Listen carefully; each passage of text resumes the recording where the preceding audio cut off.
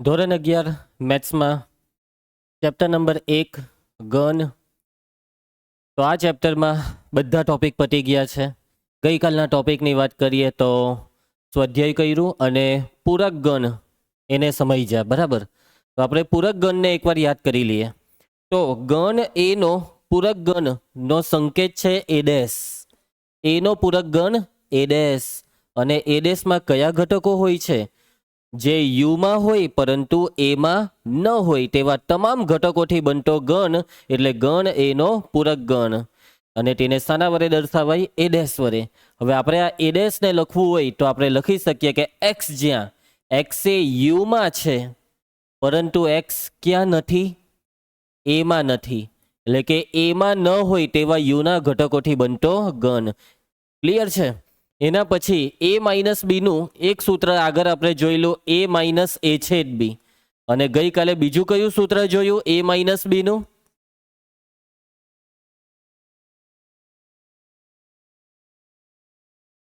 એ છેદ બી ડેશ. એ માઇનસ બીનું સૂત્ર એ છેદ બી ડેશ. યાદ રાખવું પડશે, બરાબર.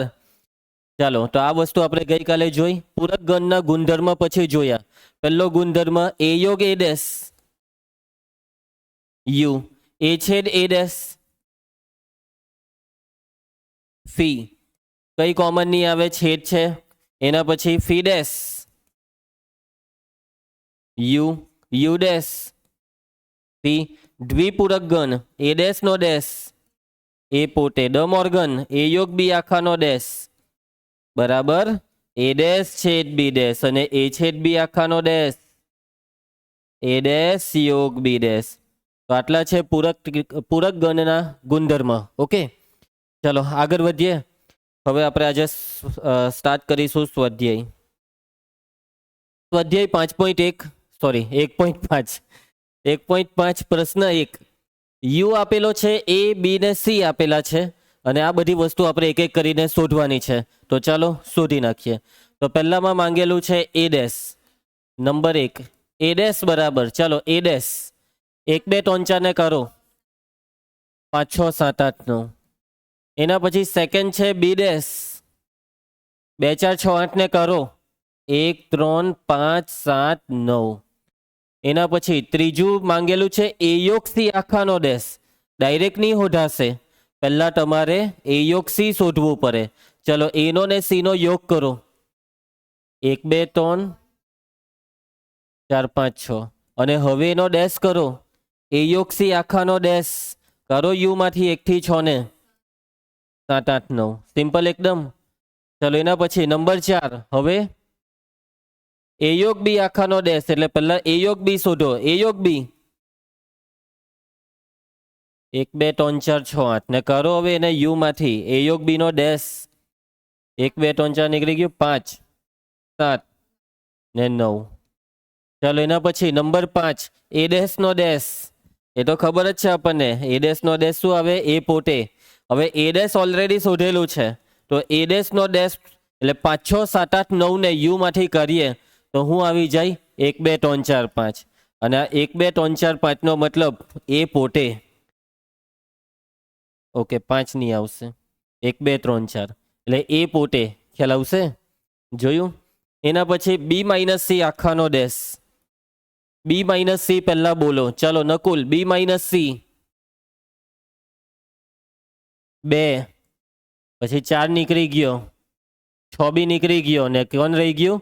8. 2 ને 8. બી માઇનસ સી આખાનો ડેશ કરો 2 ને 8 ને 1 3 4 5 6 7 ને 9. પતી ગયો દાખલો. સમજ પડી જશે? આવી ગયા, બધા જવાબ આવી ગયા છે. ઓકે, આગળ વધીએ. પ્રશ્ન 2. હાર્ચી ટેકો તું છોડી દે, બરાબર. ત્યાં એક હોલ ભરાઈ દેવાનો છે, નહીં તો ત્યાં છે ને કંઈક કરંટ લાગે એવું કંઈક કરી દે એમ મૂકે એટલે ઓહો. ઓકે, ચાલો. પ્રશ્ન 2 માં યુ આપેલો છે અને નીચેના પૂરક ગણ શોધો. તો ચાલો શોધીએ પૂરક ગણ. પહેલા આપેલો છે એ. ચાલો હવે 1 by 1 પૂછશે. ચાલો તેજલ એ ડેશ એબીસી ને કર DEFGH. ચાલો સેકન્ડ આર્ચી બી ડેશ એ A થી H સુધી A B C ને H. ચાલો એના પછી નીસી C dash B D F H.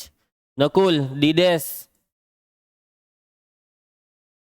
એ નીકળી ગયો B C D E F G H. Okay પૈટું થઈ ગયા 4 આવી ગયા 4 જવાબ. બરાબર, આગળ વધીએ. પ્રશ્ન 3.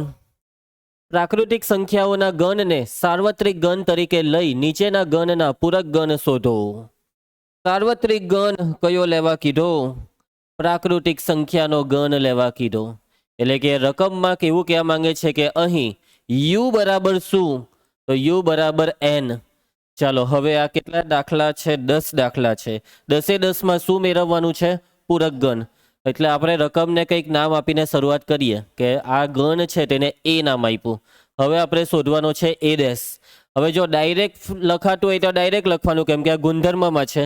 અને જો કોઈ દાખલામાં યાદીમાં ફેરવીને પછી ગુણધર્મમાં ફેરવવા જેવું હોય તો એવી રીતના આ ડાયરેક્ટ જ થઈ જશે. હવે આમાં કીધું છે એક્સ એ યુગ્મ પ્રાકૃતિક, તો એનું પૂરક યુગ્મ સિવાયની એટલે અયુગ્મ. અયુગ્મ પણ પ્રાકૃતિક શબ્દ બી લખવો પડશે કેમ કે પ્રાકૃતિકની વાત ચાલે છે. તો એ ડેશ બરાબર કેવા એક્સ? એક્સ જ્યાં એક્સ એ અયુગ્મ પ્રાકૃતિક સંખ્યા છે. એકદમ સિમ્પલ. ચલો ફરીથી 1 બાય 1 હવે આપણે જવાબ લઈએ. ચાલો તેજલ, અને આપણે શું નામ આપી દઈએ? બી. ચલો તો બી માં શું કીધું છે? અયુગ્મ. અરે ભાઈ, તો આનો જવાબ શું આવશે? એક્સ જ્યાં એક્સ એ યુગ્મ પ્રાકૃતિક સંખ્યા છે.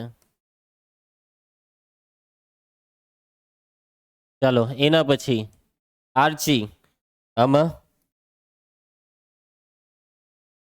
ધારો કે સી બરાબર એક્સ જ્યાં એક્સ એ 3નો ધન ગુણિત છે, તો એનો પૂરક ગણમાં એક્સ જ્યાં એક્સ એ 3નો ધન ગુણિત નથી. હવે 3નો ધન ગુણિત નથી એવું આપણે લખીએ તો એનો મતલબ હવે જો 3ના ધન ગુણિત એટલે 3, 6, 9, 12, અને આપણે એમ લખીએ કે 3નો ધન ગુણિત નથી તો વાત તો એ જ થઈ કે આના સિવાયના જ લેવાના. હવે આના સિવાયના એટલે તમે કહો 1, 2, 4, 5, પછી કયું 6, 8, પરંતુ આના સિવાયના લેવાના એનો મતલબ કે 0 બી લેવો પડે, -1 બી લેવો પડે, -2 બી. એટલે હજી હરખી રીતના ઉલ્લેખ કરવો પડે. બરાબર, તમે એમ કહો કે 3નો ધન ગુણિત નથી તો ઋણ ગુણિત હો લેવા પડે. એટલે હજી હરખી રીતનામાં કંઈક ઉલ્લેખ કરો. એક્સ જ્યાં એક્સ એ 3નો ધન ગુણિત નથી પણ એક્સ પ્રાકૃતિક તો છે. સમજી જા, એક્સ એ 3નો ધન ગુણિત નથી અને x belongs to capital N, અથવા ચાલો કંઈ નહીં, અને x belongs to capital N. Capital એનનો મતલબ હવે 0ની ઉપરવાળાને બધા નહીં લેવાના. પ્રાકૃતિકમાંથી 3નો ધન ગુણિત નહીં હોય તેવા લેવાના. એવું આપણે ચોખવટ કરી. એટલે હવે આ પરફેક્ટ આપણને કહી શકે કે આજ 1, 2, 4, 5 એ જ બધા. બરાબર. જ્યારે અહીંયા તમે કોઈ સંખ્યાનો ઉલ્લેખ નહીં કરો ને ત્યારે બાય ડિફોલ્ટ વાસ્તવિક સંખ્યા માનીને ચાલવું પડે. એટલા માટે અહીંયા પ્રાકૃતિકનો ઉલ્લેખ કરી દીધો. ચાલો એના પછી નેક્સ્ટ ચોથું, આને આપણે શું નામ આપીએ? ડી. ચાલો નીસી, ગણ ડી માં છે એક્સ જ્યાં એક્સ એ અવિભાજ્ય સંખ્યા, તો એનો પૂરક ડી ડેશ બરાબર સિમ્પલ, નથી કરી લેવાનું. એક્સ જ્યાં એક્સ એ અવિભાજ્ય સંખ્યા નથી, પણ હજી આમાં બી પેલો ઉલ્લેખ કરવો પડે. આપણે એમ લખીએ કે અવિભાજ્ય નથી તો પછી બીજી ઘણી બધી ઋણ સંખ્યા ને બધી પણ અવિભાજ્ય નહીં હોય તેમાં આવી જાય. એટલે X belongs to capital N. X જ્યાં શરૂઆતમાં જ આપણે એમ લખી દઈએ તો બી ચાલે. એક્સ જ્યાં એક્સ બિલોંગ્સ ટુ એન અને એક્સ એ અવિભાજ્ય સંખ્યા નથી. ખ્યાલ આવશે તમને? અથવા એક્સ બિલોંગ્સ ટુ એન ને પાછળ લખીએ તો બી ચાલે. નહીં સહી સમજ પડી?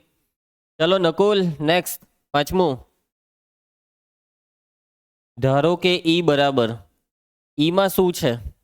એક્સ જ્યાં એક્સ એ 3 અને 5 વડે વિભાજ્ય પ્રાકૃતિક સંખ્યા. હવે જો અનેનો મતલબ 3 વડે પણ વિભાજ્ય, 5 બી વિભાજ્ય, બેવ વડે થવું જોઈએ. અનેનો મતલબ બેવ સાચું પડવું જોઈએ. તો હવે આમાં અત્યારે આપણે સાઈડ પર જરાક આના ઘટક લખી નાખીએ. એવી કઈ સંખ્યા છે કે જે 3 વડે પણ અને 5 વડે બી વિભાજ્ય? બોલો પહેલી કઈ? અને પ્રાકૃતિકમાં બોલજો. યસ, પહેલામાં પહેલી 15. 15 જે છે તે 3 પણ વિભાજ્ય અને 5 પણ વિભાજ્ય. બરાબર. 15 પહેલા કોઈ નહીં. તમે કહો કે સર 3 નહીં લેવાય, તો 3 ભલે 3 વિભાજ્ય છે પણ 3 5 વડે નથી. 5 નહીં લેવાય, નહીં લેવાય, કેમ કે 5 એ 5 વિભાજ્ય, તો 3 નહીં. 6 લેવાય, નહીં લેવાય, કેમ કે આ જે બધી સંખ્યા મેં બોલ્યો, 3 બોલ્યો, 5 બોલ્યો, 6 બોલ્યો, તે બેમાંથી કોઈ એક વડે જ થતી છે. 2 વડે થાય તેવી છે 15, પછી 30, પછી 45. એટલે હવે અહીંયા સમજ જ પડી ગઈ કે 15નો ઘડિયો બે હાથ દેવાનો. બરાબર ને? 15, 30, 45, 60 ને આ બધી સંખ્યા કેપિટલ ઈમાં છે. તો જવાબમાં હવે આ બધા સિવાયની મને જોઈએ છે. તો જુઓ, પહેલો એકદમ સિમ્પલ જવાબ કે એક્સ જ્યાં એક્સ એ પ્રાકૃતિક છે અને 15ની ગુણિત નથી. સમજ પડશે? ઈ ડેશ બરાબર એક્સ જ્યાં x belongs to capital N અને એક્સ એ 15ની ગુણિત નથી. હવે જુઓ, આનો જવાબ પણ તમારી ચોપડી વાળાએ આવો નથી આપ્યો. આ સાચો જવાબ છે, પણ એ લોકોએ કંઈક બીજો જવાબ આપ્યો છે. આ બીજા જવાબની વાત કરીએ તો તમે આવી રીતના કંઈક કહી શકતે કે સર આપણે આવું લખી દઈએ તો નહીં ચાલતે. એક્સ જ્યાં એક્સ બિલોંગ્સ ટુ એન અને એક્સ એ 3 અને 5 વડે વિભાજ્ય પ્રાકૃતિક સંખ્યા નથી. ચાલે કે નહીં ચાલે? એક્સ એ 3 અને 5 વડે વિભાજ્ય પ્રાકૃતિક સંખ્યા નથી. પ્રાકૃતિક બી કહી દીધું, 3 અને 5 વડે વિભાજ્ય નથી એમ પણ કહી દીધું. તો આ વસ્તુ બી ખોટો જવાબ છે. કેમ ખબર? કેમ કે જો તમે તમારા જવાબનું આપણે એનાલિસિસ કરીએ. તમારા જવાબનું તમે એમ કીધું કે 3 અને 5 વડે વિભાજ્ય નથી, આવું તમે કીધું ને. તો ચાલો, શું મેં એકને લઈ શકું? તો હા, એક એ 3 વડે બી વિભાજ્ય નથી, 5 વડે બી વિભાજ્ય નથી. શું 2 ને લઈ શકું? હા. શું 3 ને લઈ શકું? તો 3 ને કેમ નહીં લેવાય? કેમ કે જે 3 છે ને તે 3 વડે વિભાજ્ય છે. બરાબર? ઓકે, એક મિનિટ. હા, આપણે કેવી સંખ્યા લેવાની છે કે જે બંને વડે વિભાજ્ય નથી. તો 3 એ 3 વડે ભલે વિભાજ્ય છે પણ 5 વડે વિભાજ્ય નથી. વાતને સમજો. એટલે 3 લેવાની કે નહીં લેવાની? લેવી પર હે. કેમ લેવાની? યસ.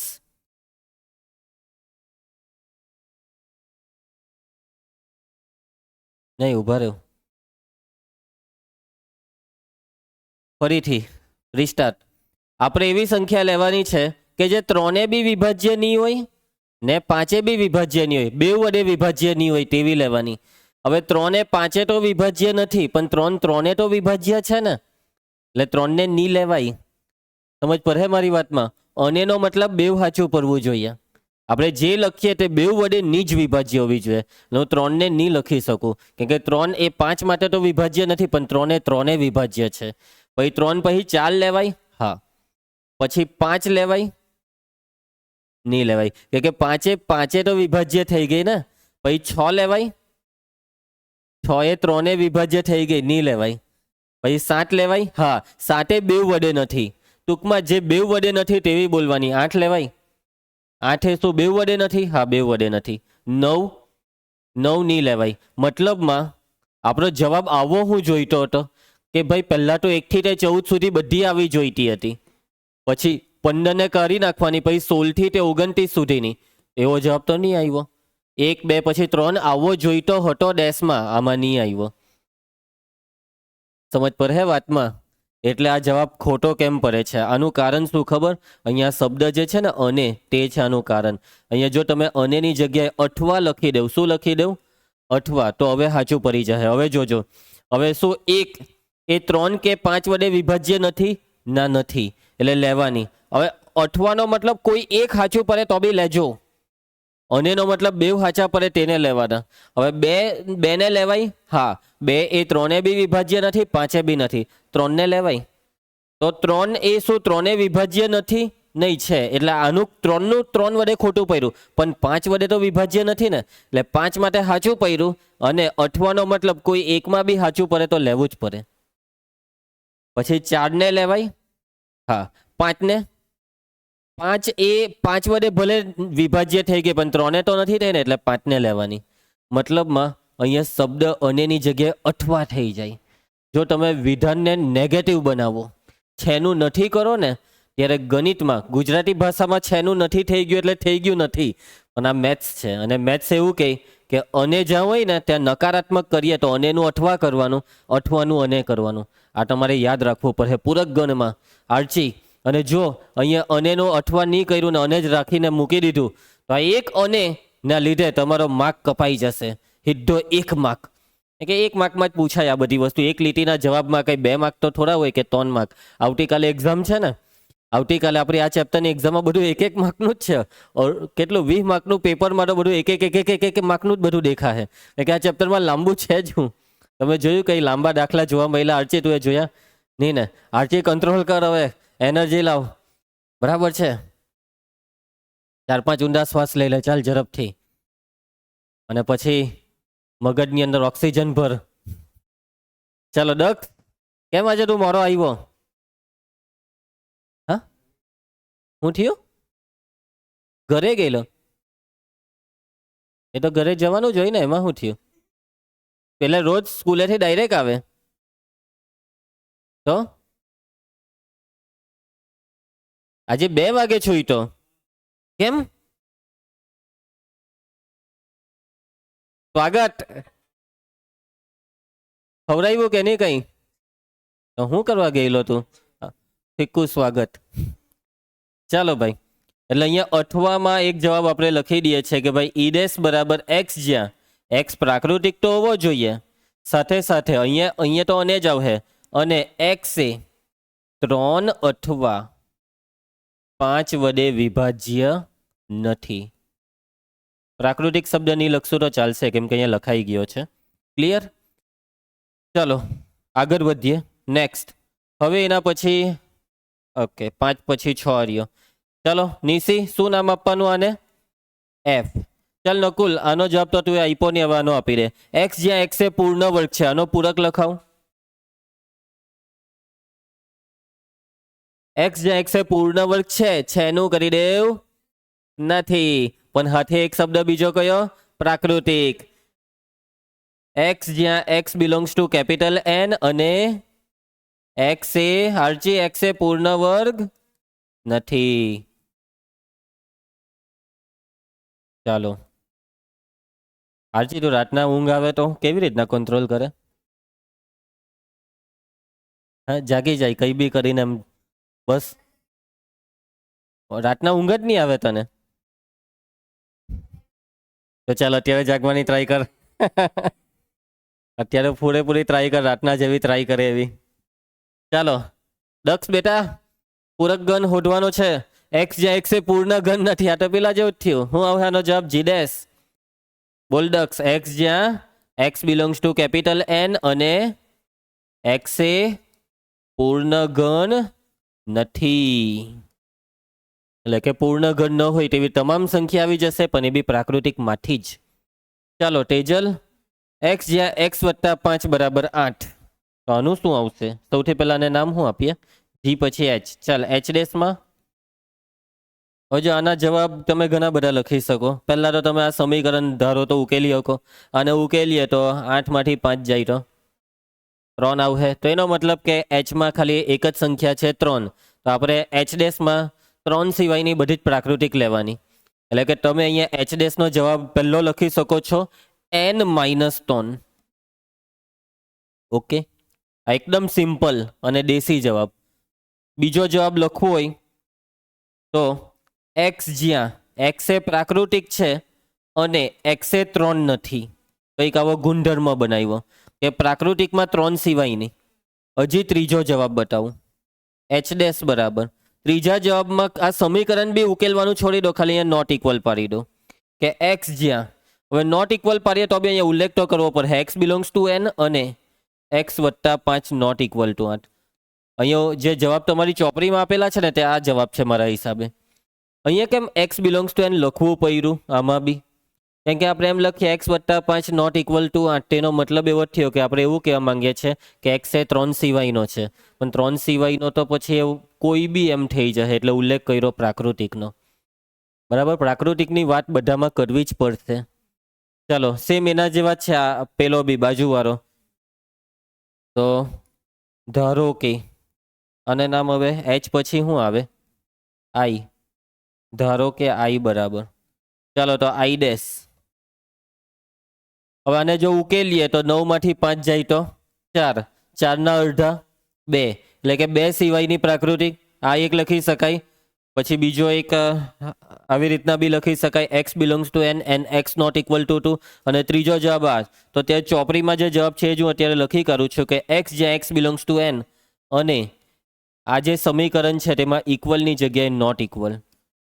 નોટ ઇક્વલ થાય તેવા એક્સ, તેવા પ્રાકૃતિક એક્સ. બરાબર. ચલો પછી આમાં ચલો આનું નામ શું આવશે? આરજી. આઈ પછી ચલો જે ડેશ. એક્સ એ 7 કે 7 થી મોટી બધી જ, તો less or equal to 7. Equal લેવાય, લેસ ધેન 7. યસ.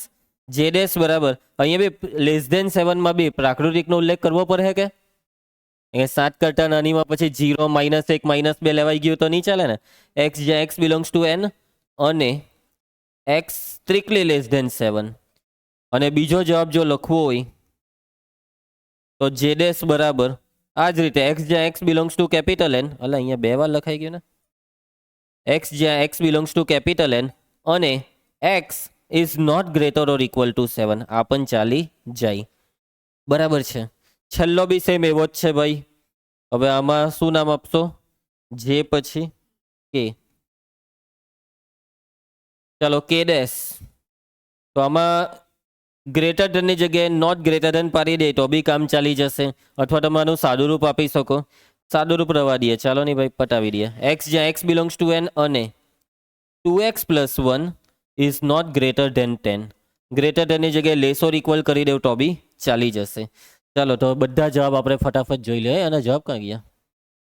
પછાડી છે. જવાબ જ એટલા વધારે છે કે ઉપર હમાય નહીં, એટલે પાછળ નાખેલા છે. ચાલો પહેલાનો બીજાનો જવાબ તો ખબર જ છે સાચો. ત્રીજામાં એક્સ બિલોંગ્સ ટુ એન અને એક્સ એ 3ની ગુણિત નથી. યસ, 3ની ગુણિત નથી એક્સ બિલોંગ્સ ટુ એન. પછી ચોથાનો જવાબ એક્સ એ ધન વિભાજ્ય સંખ્યા અથવા એક્સ બરાબર 1. હા, શું લખેલું છે ચોથામાં? આ લોકોએ જો જવાબમાં શું કરી દીધું? નથીની જગ્યાએ એવું લખી દીધું કે અવિભાજ્ય સંખ્યા નથીનો મતલબ એ વિભાજ્ય છે. પણ આપણે વિભાજ્ય લખીએ તો બી એકરો તો નહીં આવે. એકરો નથી વિભાજ્ય, નથી અવિભાજ્ય. એટલે એકને એ લોકોએ અલગથી મેન્શન કર્યો. જુઓ, અથવા એક્સ બરાબર 1. બરાબર. એના પછી નાનો જવાબ આર્યો. આ 3 અને 5 વડે વિભાજ્ય પ્રાકૃતિકનો જવાબ જોઈ લો કે એક્સ એ એવો ધન પૂર્ણાંક છે કે જે 3 થી પછી જો અથવા કર્યો ને, અથવા 5 થી વિભાજ્ય નથી. અથવા તો કરવું જ પડે. જો અથવા નહીં કર્યું તો નીચે 1 માર્ક ખાલી ગયો. ચાલો એના પછી આ બે તો મને ખબર જ છે. આ નથી જ લખેલું. આમાં બી મેં તમને કીધેલું એમ. આમાં શું કર્યું? નોટ ઇક્વલ ટુ કર્યું. જ્યારે આપણે શું કરલું? આર્યું આ રીતના લખેલું છે. યસ. પછી આમાં નોટ ઇક્વલ ટુ 2 કર્યું. ચાલે હે પેલું એ હો. ચાલો ને લખી જ કરીએ કે આઈ ડેશ બરાબર એક્સ જ્યાં એક્સ બિલોંગ્સ ટુ એન અને એક્સ નોટ ઇક્વલ ટુ 2. એના પછીના બેના જવાબમાં એક્સ લેસ ધેન 7 કર્યું ને આમાં X less or equal to 9/2 કર્યું. આનું સાદું રૂપ આપેલું છે. તમે આનું સાદું રૂપ આપો તો 2x + 1 ગ્રેટર ધેન કેટલા છે? 10. 1 ને આ સાઈડ લાવો, 10 માંથી 1 જાય તો 9. અને 2 ને છેદમાં લઈ જાઓ, એક્સ ગ્રેટર ધેન 9 ના છેદમાં 2. એટલે આ ગ્રેટર ધેનનું કરી દેવું પડે લેસ ઓર ઇક્વલ. એવું જે લોકોએ કરેલું છે. ખ્યાલ આવશે? કોઈને કઈ તકલીફ? આગળ વધીએ તો આપણે નેક્સ્ટ પ્રશ્ન 4. ચલો હારજી જાગતે રહો.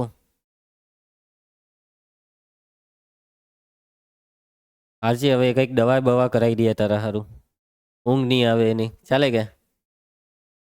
હે ઓકે. ચાલો પ્રશ્ન 4 ચાલુ કરીએ. યુ આપેલો છે, એ આપેલો છે, બી આપેલો છે. અને જુઓ ચકાસવા કીધું કે શું આ સાચું છે? શું આ સાચું છે? ચકાસી આપો ને. ચકાસવાનો મતલબ કાં તો સાચું હોય કાં તો ખોટું હોય. હવે આપણને તો ખબર જ છે કે આ કેવું છે? સાચું છે. કેમ કે આ તો ભાઈ નિયમ છે. ડ મોર્ગનના નિયમ. અને નિયમ થોડા કોઈ દિવસ ખોટા પડે. આપણે ખોટા પડીએ પણ નિયમ ખોટા ન પડે. ચાલો તો સાબિત કરીએ. એમ તો ગઈકાલે આવો એક દાખલો કરેલો, યાદ છે ને? સૌથી પહેલા બધી માહિતી લખી કરો. યુ બરાબર 1 2 3 4 5 6 7 8 9. ચાલો એના પછી એ બરાબર શું છે? 2 4 6 8. બી બરાબર 2 3 5 7. એના પછી હવે ચાલુ કરીએ, પહેલા નંબર 1 પર આવીએ. ચાલો એક એક કરીને બધી વસ્તુ શોધતા જવાનું. હવે પહેલા આપણે સમજી જવાનું કે શું શોધવું પડશે? એ યોગ બી. ચાલો તો એ યોગ બી લખાવો, કરો ભેગા. 2 3 4 5 6 7 8. એના પછી એ યોગ બી આખાનો ડેશ. ડેશનો મતલબ કરો, અને યુ માંથી કેટલા વધ્યા? 1 ને 9. અને પરિણામ 1 આપો, કેમ કે LHS આખી શોધાઈ ગઈ. એના પછી હવે RHSમાં એ ડેશ અને બી ડેશની જરૂર છે. તો ચાલો એ ડેશ અને બી ડેશ આપણે એક કામ કરીએ, પહેલેથી જ અહીંયા હોધીને જ મૂકી દઈએ. અરે આને નીચે લઈ લઈએ ને અહીંયા જ પહેલેથી જ હોધી કરીએ. એ ડેશ બરાબર, ચલો એ ડેશ 2 4 6 8 ને કરો. 1 3 ને બી ડેશ 1 4 6 8 ને 9. ચલો ને હવે આપણે શોધી કરીએ. શું શોધવાનું છે? એ ડેશ છેદ બી ડેશ. ચલો આ બેઉમાં કોમન હોય તે બોલો ને. 1 પછી 1 ને 9 બે જ જણ છે ને? હા. તો જુઓ પરિણામ 1 અને 2 બેઉના જવાબ સરખા આવ્યા. તો પરિણામ 1 અને 2 પરથી આપણે કહી શકીએ છીએ કે હા આ બેઉ સરખા છે. એ યોગ બી નો ડેશ બરાબર એ ડેશ છેદ બી ડેશ થાય છે. ખ્યાલ આવશે? ચલો એના પછી નેક્સ્ટ હવે સેકન્ડમાં પહેલા શું શોધવું પડશે નિશી? એ છેદ બી. ચાલો એ છેદ બી બેઉમાં કોમન હોય તો બોલો. 2 પછી બસ એક જ. ચાલો તો હવે એ છેદ બી નો ડેશ 2 ને ખાલી કરો. 1 3 4 5 6 7 8 9. અને પરિણામ 3 આપો. ચાલો નકુલ હવે આપણે શું શોધવાનું છે? એ ડેશ યોગ બી ડેશ. ચલો આ એ ડેશ બી ડેશ શોધેલા છે, યોગ કરો, ભેગા કરો. 1 3. તો હરખા જવાબ આવ્યા કે પરિણામ 3 4? હા, એટલે કે પરિણામ 3 અને 4 પરથી સ્પષ્ટ છે, કહી શકાય કે હા આ બેઉ સરખા છે. એ છેદ બી આખાનો ડેશ બરાબર એ ડેશ યોગ બી ડેશ. ખ્યાલ આવી જાય? ચલો આગળ વધીએ. નેક્સ્ટ પ્રશ્ન 5. નીચેના દરેક માટે યોગ્ય વેન આકૃતિ દોરો. તો ચાલો દોરીએ વેન આકૃતિ. બરાબર, પહેલાની વેન આકૃતિ એ યોગ બી આખાનો ડેશ. જોવો એ યોગ બી નો ડેશ કીધો, વેન આકૃતિનો મતલબ કે ભાઈ પહેલા એ નું વર્તુળ એક જોઈશે આપણને, પછી એક બી માટે પણ એક વર્તુળ જોઈશે, અને પછી બીજું બે વર્તુળને છેદતા જ દોરી દઈએ છીએ આપણે, એકબીજાને છેદે તે રીતે. તો આ થઈ ગયા બે વર્તુળ, અને લંબચોરસ દોરી જ દેવાનો કે જે શું દર્શાવે છે? સાર્વત્રિક ગણ યુ. અરે લંબચોરસ છે અર્ય. તો આ દોરી દીધો લંબચોરસ. ચાલો હવે મને કેવો, પહેલા અહીંયા નામ આપી દઈએ, આ યુ અને એ નામ અને બી.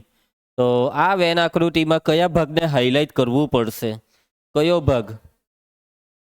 હવે એ યોગ બી નો ડેશ, પહેલા આનો વિચારો ને, આ એ યોગ બી એટલે કયો ભાગ?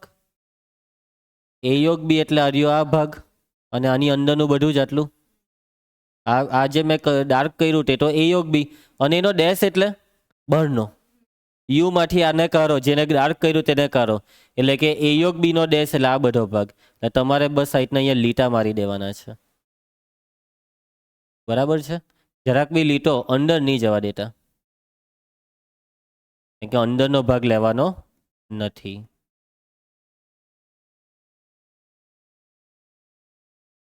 ડન, સમજ પડી ગઈ? ચલો એના પછી નેક્સ્ટ આને જ કોપી મારી દઈએ. હવે એ ડેશ છેદ બી ડેશ કીધું છે. શું કીધું છે? એ ડેશ છેદ બી ડેશ. તો હવે આ છે યુ, આ છે એ, આ છે બી. તો શું આવશે? એ ડેશ છેદ બી ડેશ એટલે કયો ભાગ આવશે?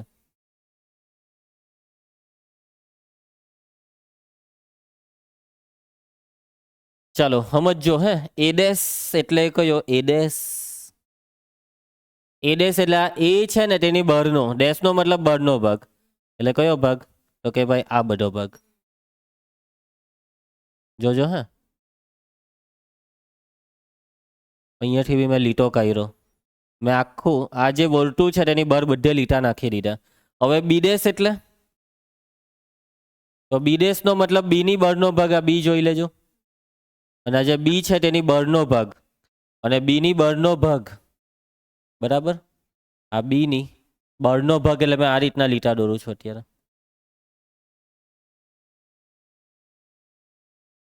હા. અને હવે આ લોકોએ કીધું હું છેદ. છેદ એટલે બેવનો કોમન. એટલે જે જ્યાં આવી ચોકડી પડે ને તે ભાગ, લીલી ને કેસરી કલરની ચોકડી પડે તે ભાગ. એટલે અહીંયા જુઓ, અહીંયા તમને આ કેસ આટલા ભાગમાં આ લીટા દેખાય છે આ રીતના, પરંતુ પેલા લીલા દેખાય છે એટલે આ ભાગ નહીં લેવાનો, આ નહીં લેવાનો, આ વચ્ચેનો બી નહીં લેવાનો. પરંતુ આ જે બળનો દેખાય ને આ બધો ભાગ, તેમાં તમને બંને પ્રકારના લીટા પાડેલા દેખાય છે આટલા બળના ભાગમાં. એટલે એ જે બળનો ભાગ છે એ બળનો ભાગ છે ભાઈ એ ડેશ છેદ બી ડેશ. પેલા તમારે રફ પાનામાં આવા લીટા પાડવાના. ક્યાં પાડવાના આવા લીટા? રફ પાનામાં. પછી આ રીતના મારી જેમ તો ભૂસાઈ નહીં. બરાબર આરચી? જોજે આરચી, શક્તિ રાખજે. અને પછી એક વખત ખબર પડી ગઈ કે કયો ભાગ, ભાઈ જે ભાગ છે એટલા જ ભાગમાં લીટા પાડવાના. અરે પણ તમે એક વસ્તુ જોઈ, આમાં નવું શું આવ્યું? આ તો પહેલાનો જવાબ બી આ જ આવેલો. આવું કેવું? આ બે તો અલગ અલગ લખેલું છે તો બી કેવું જવાબ કેવો હરખો આવી ગયો? કેમ કે આ લખેલું અલગ છે પણ એક જ છે નિશી. કેમ કે આ તો કયો નિયમ થયો? ડ મોર્ગન, એનું તો સૂત્ર થયું એ યોગ બી નો આખાનો ડેશ લઈએ તો આજ તો આવે એ ડેશ છેદ બી ડેશ. બરાબર ને ડક્સ? ચાલો ત્રીજો, હવે એ છેદ બી નો ડેશ. પેલા આ એ છેદ બી એટલે કયો ભાગ લેવાનો? છેદ છે. છેદ એટલે આ વચ્ચેનો ભાગ. સાચી વાત? એટલે હવે તમારે મને કહેવાનો છે એનો ડેશ. અને ડેશનો મતલબ કે આ પીરો ભાગ જે કર્યો તેના સિવાયનો બધો જ. અને બધાનો મતલબ કે મારી દેવ અહીંયા લીટાઓ. બસ ખાલી વચ્ચેના ભાગમાંથી લીટો નીકળવો જોઈએ નહીં. લીટા કરવાના છે. અથવા તમે પેન્સિલથી પેલું શું કહેવાય એમ શેડિંગ કરી શકો છો. સેવિંગ નહીં, હા શેડિંગ. બરાબર તેજલ, તું ઘરે કરે છે સેવિંગ? તું તો છોકરો છે ને. ઓય ભૂલ કરી નાખી. આ નીસીએ કીધું બી નહીં. નીસી ઊંઘ નથી આવતી ને તને બી? નીસી એમ કે આવે છે. હા આવતી છે. ચાલો હવે બરાબર છે, હવે પરફેક્ટ. બરાબર ને દક્ષ? ચાલો છેલ્લું હવે સમજી જવાય. છેલ્લું એ ડેશ યોગ બી ડેશ એક જ થયું ને. ને આમાં તમે તમારી મગજ દોરાવો તો એ ડેશ યોગ બી ડેશમાં એ ડેશ એટલે એ ની બળનું બધું જ, આ બધું જ. ને બી ડેશ એટલે બી ની બળનું બધું, બધુંનો મતલબ આ બધું જ. અને યોગનો મતલબ બેવને ભેગા કરવાના. તો ભેગા કરવામાં વચ્ચેનું ભેગું નહીં થવાનું. કેમ કે વચ્ચેનો નથી એ ડેશમાં નથી બી ડેશમાં. એટલે વચ્ચેના ભાગ સિવાયની બળનો બધો જ ભાગ ભેગો થવાનો. બરાબર? એનો મતલબ કે જવાબ તમને ખબર પડી ગઈ. વાંચી લીધું? કોને વાંચી લીધું? આરચીએ નથી વાંચ્યું. કેમ કે આરચી જ્યાં ઊંઘમાં જતી રહેલી. દક્ષે વાંચી જ લીધું હશે. દક્ષ ગયા વર્ષે બી આવું જ કરતો. જરાક જો દેખાઈ જાય ને એટલે બધા જ વાંચીને મોડે કરી નાખતો. હા. ચાલો આજે એક સામાન્ય દિવસ છે આપણા બધા માટે. બસ ખાલી આજના દિવસમાં એક જ નવી વસ્તુ છે. એક વિદ્યાર્થી ઘરે સૂઈ ગઈ હતી, અચાનક જ ઊંઘમાંથી ઉઠી ગઈ ને ખબર પડી કે આજે ટ્યુશન છે એટલે આવી ગઈ. સારી વાત કહેવાય. બાકી તો લોકો હુઈ જાય તો પછી અલા હુઈ જ રહેવા દે ને, હવે હું ટ્યુશન જવાનું. વેરી ગુડ રિયા, તું આવી ગઈ. ચાલો આગળ વધીએ. એના પછી પ્રશ્ન 6, સમતલના તમામ ત્રિકોણના ઘનને યુ તરીકે લો. યુ સાર્વત્રિક ઘન યુ એટલે કોને લેવાનું? સમતલના બધા જ ત્રિકોણ. જો ઓછામાં ઓછો એક ખૂણો 60 અંશથી ભિન્ન હોય તેવા ત્રિકોણોનો ઘન કેપિટલ એ હોય તો એ ડેશ શું થશે? ચાલો ભાઈ એ ડેશ ખાલી વિચારી લેવું. યુ એટલે કોને લેવા કીધું? યુ એટલે સમતલના બધા ત્રિકોણ. સમતલના તમામ ત્રિકોણોનો ઘન એટલે કેપિટલ યુ. કેપિટલ એમાં કોણ છે નિશી? કેપિટલ એમાં વાંચો. ઓછામાં ઓછો એક ખૂણો 60° ભિન્ન હોય તેવા ત્રિકોણોનો ગણ. ઓછામાં ઓછો એક ખૂણો કેટલો હોય? 60° ભિન્ન હોય. હા, તેવા ત્રિકોણોનો ગણ. એટલે કેપિટલ એમાં કેવા ત્રિકોણ છે કે જે ત્રિકોણમાં ઓછામાં ઓછો એક ખૂણો 60° સિવાયનો હોય. એટલે કે માની લો કે કોઈ ત્રિકોણ છે, તે ત્રિકોણમાં તમને અહીંયા ખૂણો 30નો દેખાયો, મીન્સ કે આ ત્રિકોણ એમાં છે. કેમ? 60 સિવાયનો દેખાયો ને. સમજ્યા? માની લો કે અહીંયા તમને ભલે 60 દેખાયું, પણ અહીંયા તો 30 દેખાયો. ઓછામાં ઓછો એક ખૂણો 60નો મતલબ કાં તો એક ખૂણો 60 સિવાયનો હોવો જોઈએ, કાં તો બે ખૂણા 60 સિવાયના હોવા જોઈએ, કાં તો 3 ખૂણા 60 સિવાયના હોવા જોઈએ. ઓછામાં ઓછો એક એટલે એક કે એકથી વધારે. જો ત્રિકોણમાં બે ખૂણા 60ના છે અને ત્રીજો ખૂણો 60 સિવાયનો હોય તો તે ત્રિકોણ કેપિટલ એમાં છે, કેમ કે 60 સિવાયનો ખૂણો છે. પણ ટેકનિકલી એ પોસિબલ નથી, કેમ કે ત્રિકોણમાં જો બે ખૂણા 60ના હોય તો ત્રીજો ઓટોમેટિક 60નો થાય. એટલે કે જો જે ત્રિકોણમાં બે ખૂણા 60ના હોય તે ત્રિકોણ કેપિટલ એમાં નહીં જશે, કેમ કે ત્રીજો 60નો થાય. એટલે આમાં 60 સિવાયનો એક બી દેખાયો જ નહીં. પણ માની લો કે ત્રિકોણમાં એક ખૂણો 60 છે, એક છે 50, તો આ કેટલો આવશે? 70. તો શું આ ત્રિકોણ કેપિટલ એમાં છે? હા, કેમ કે આ ત્રિકોણમાં 60 સિવાયના બે ખૂણા છે. અને કોઈ ત્રિકોણ મેં લેમ છું, આ ખૂણો આપણે લઈ લઈએ 90, અને લઈ લઈએ કેટલું? લઈ લઈએ 50, તો આ કેટલું થાય? 40. શું આ ત્રિકોણ કેપિટલ એમાં છે? અરે હા, કેમ? કેમ કે 60 થી ભિન્ન હોય તો હા, 3 ખૂણા 60 સિવાયના છે. બરાબર છે?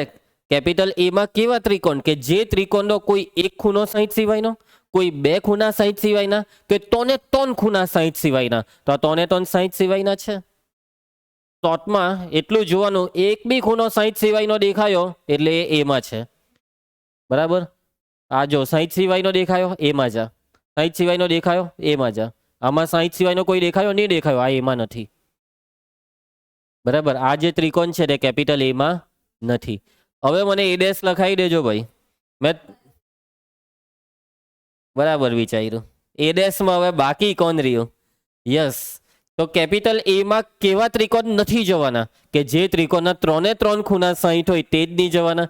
કે 60 સિવાયનો એક બી ખૂણો હોય તો એમાં જાય, ને જે એમાં છે તે એ ડેશમાં નહીં લેવાય. તો એમાં કયો ત્રિકોણ નથી દક્ષ? એક જ ત્રિકોણ નથી. કયો? સમબાજુ. હવે સમબાજુ એટલે એમ નહીં સમજવાનું એક, એ બી ઘણા બધા હોય સમબાજુ. કોઈ નાના સમબાજુ ત્રિકોણ હોય, કંઈક વધારે મોટા હોય, કોઈક એનથી મોટા હોય. એટલે બાજુના માપ મોટા નાના થાય. એટલે એ ડેશ છે તમામ સમબાજુ ત્રિકોણોનો ગણ. પાકી સમજ પડી? આરજી તને બી સમજ પડી? નકુલ કોઈ તકલીફ? એ ડેશ એ સમભુજ ત્રિકોણોનો ગણ છે. સમભુજ બોલો કે સમબાજુ બોલો, બરાબર છે? બેવનો મતલબ એક જ થયો. ઓકે. આપણે રિયાનું ગયા વર્ષે ખબર એક નામ પાડેલું, મને નામ ભૂલી ગયો. હા, રવજીભાઈ. રિયા બોલો કે રવજીભાઈ બોલો, એક જ થયો. રિયાની બર્થડેના દિવસે છે ને મેં એક કેક લાવીશ ને એના પર રવજીભાઈ લખાવીશ. હવે આ મારે યાદ રાખવું છે. બરાબર? હેપી બર્થડે રવજીભાઈ, એ રીતના પછી આપણે બોલવું, હે ને? હે ભાઈ, કઈ નહીં બોલ, તારે કેક ખાવી છે એટલે તું એવું બોલવાનું કે આજે મારી બર્થડે છે. એમ થોડું કઈ બર્થડે આવી જાય વાત કરે. સાચી વાત ને? આજે થોડી કઈ એની બર્થડે છે. ચાલો આગળ વધીએ. ઓ છોકરી, અહીંયા ધ્યાન આપ. ઓકે, પ્રશ્ન 7. નીચેના વિધાનો સત્ય થાય તે રીતે ખાલી જગ્યા પૂરો. ચાલો ખાલી જગ્યા પૂરીએ. આ તો ભાઈ આવડે છે. એ યોગ એ ડેશ, યુ એ છે એ ડેશ. આનો બોલી દો જવાબ. એ છે એ ડેશ, પી કઈ કોમન નહીં આવે ને. હવે આનું ફી નો ડેશ, ઉભા જો, ફી નો ડેશ યુ, અને યુ છે ડે એટલે એ. યુ ને એમાં કોમન. ચાલો એના પછી યુ ડેશ ફી, અને ફી છે ડે ફી. પટી ગયું. ચાલો આવશે બધાને? ચાલો આવી ગયા બધાના જવાબ. સ્વાધ્યાય પતી ગયું. 3 વાગે ગયા, સ્વાધ્યાય પતી ગયું. ચાલો પ્રકિર્ણ ઉદાહરણ શું કે 3 દાખલા છે પ્રકિર્ણના, પટાઈ દઈએ. એટલે કાલે ખાલી રહે પ્રકિર્ણ સ્વાધ્યાય. કયા સર નહીં આપે? એ તને રિસર્ચ નું કાને? હમણાં તો તું આવી, થઈ ગયું ને તારું કામ તો.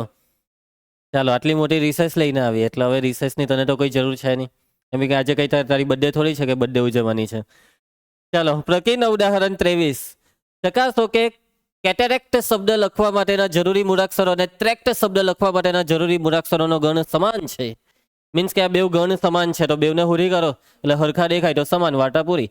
ચાલો તો સૌથી પહેલા ધારો કે એ ને બી નામ આપીશું. કેપિટલ એ એટલે કયો ગણ? કેટેરેક્ટ. કેટેરેક્ટ એટલે ખબર નહીં હે મન તો. શબ્દ લખવા માટેના જરૂરી મૂળાક્ષરોનો ગણ.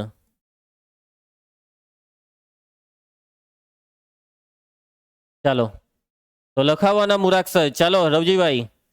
સી, પછી એ, ટી, આર,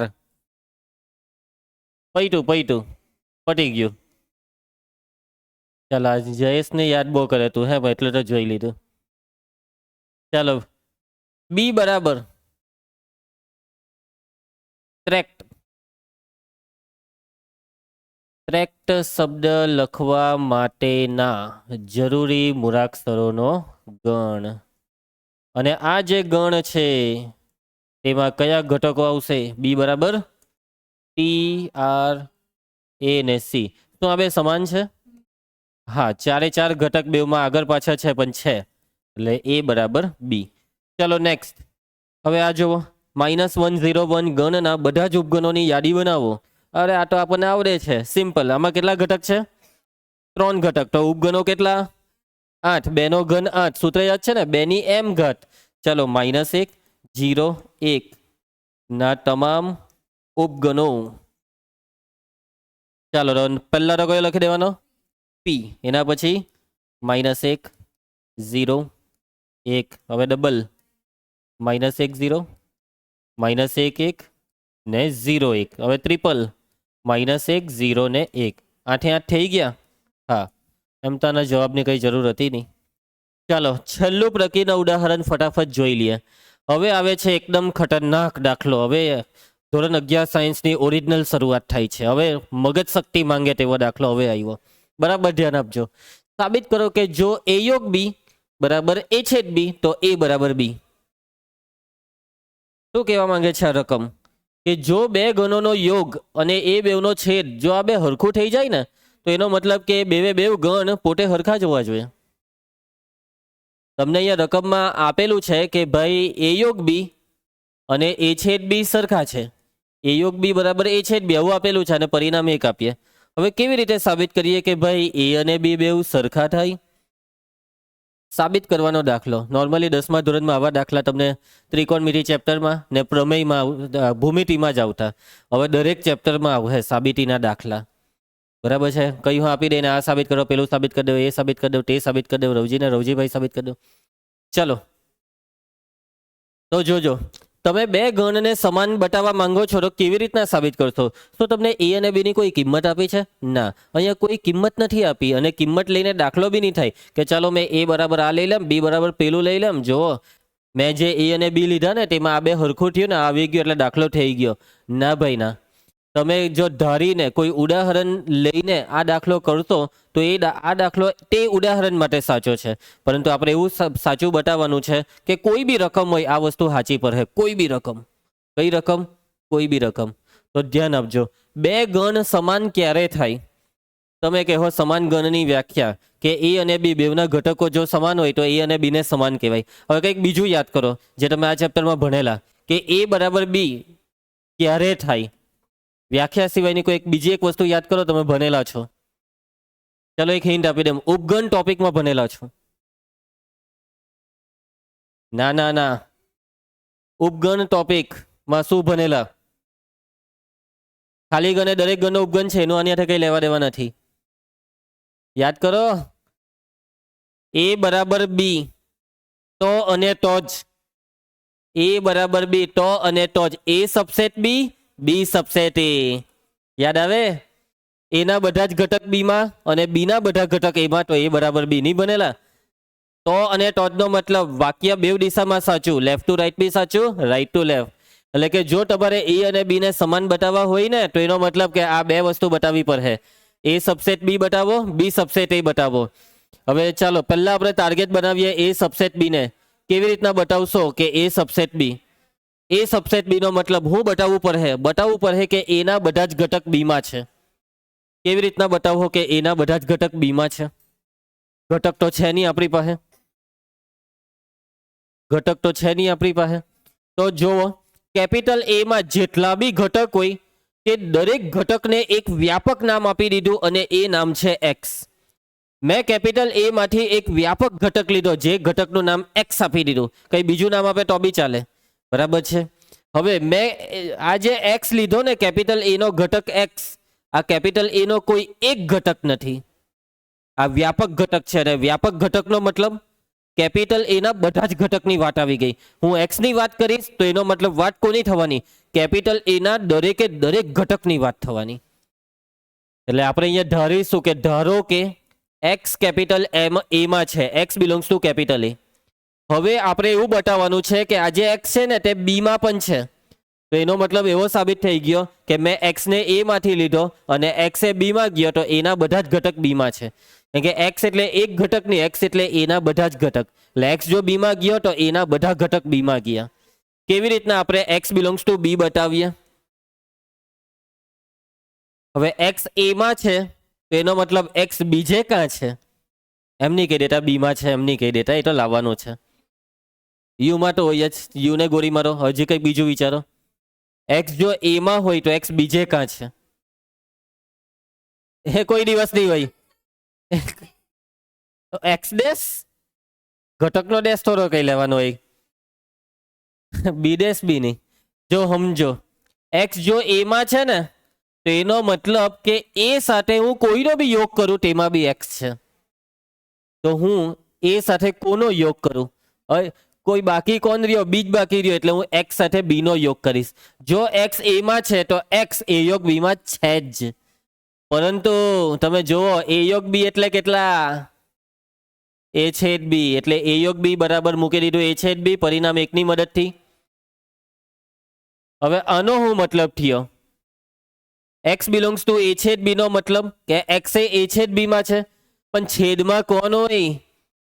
જે બેવમાં હોય. એનો મતલબ કે એક્સ એ માં પણ છે અને એક્સ બી માં પણ છે. એક્સ બેવમાં છે.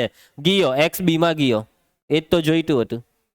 એનો મતલબ ગેરંટી એક્સ એ માં તો હતો જ ને, અહીંયા ગેરંટી આપી દીધી કે એક્સ એ બી માં પણ છે. અને ગેરંટી કેમ? કેમ કે વચ્ચે અને શબ્દ, અનેનો મતલબ બેવ સાચું. હવે જો એક્સ ને તમે એ માંથી લીધો અને એક્સ એ બી માં ગયો તો અહીંયા સાબિત થાય છે કે એ ઇઝ સબસેટ ઓફ બી. સાબિત થાય છે કે એના બધા જ ઘટક બી માં ગયા. ક્લિયર? હવે આપણે આ બીજું સાબિત કરવાનું છે, બી સબસેટ એ. બી સબસેટ એ કેવી રીતના સાબિત કરો? આવું જ કરવાનું કે કેપિટલ બી માંથી એક એક્સ લીધો, પછી આ એક્સ ને એમાં મોકલવાનો. નવું હું એક્સ એ બી માં છે તો બી સાથે જેનો બી યોગ કરીએ તેમાં છે. એટલે બી યોગ એ. બી યોગ એ બરાબર શું છે ભાઈ? બી યોગ એ બરાબર એ છેદ બી છે. એટલે જો એક્સ એ છેદ બી માં હોય તો એક્સ એ માં હો છે ને એક્સ બી માં હો છે. એટલે એક્સ એ માં ગયો એટલે સાબિત થઈ ગયું કે બી સબસેટ એ. મતલબમાં આ જ કરવાનું છે. એટલે આ જ વસ્તુ પાછી કેમ કરીએ? રવા દેવ અને હું લખી દઉં તે જ રીતે બી સબસેટ એ પણ સાબિત થાય. એટલે તમે બે વસ્તુ સાબિત કરી દીધી. એ સબસેટ બી હો સાબિત કરી દીધું, બી સબસેટ એ. એટલે હવે સાબિત થઈ ગયું કે એ બરાબર બી. અને આની સાથે આ દાખલો પૂરો. ખ્યાલ આવી જશે? ફરી સમજ. નાનો જ છે પણ મગજ માંગે તેવો છે. ઓકે.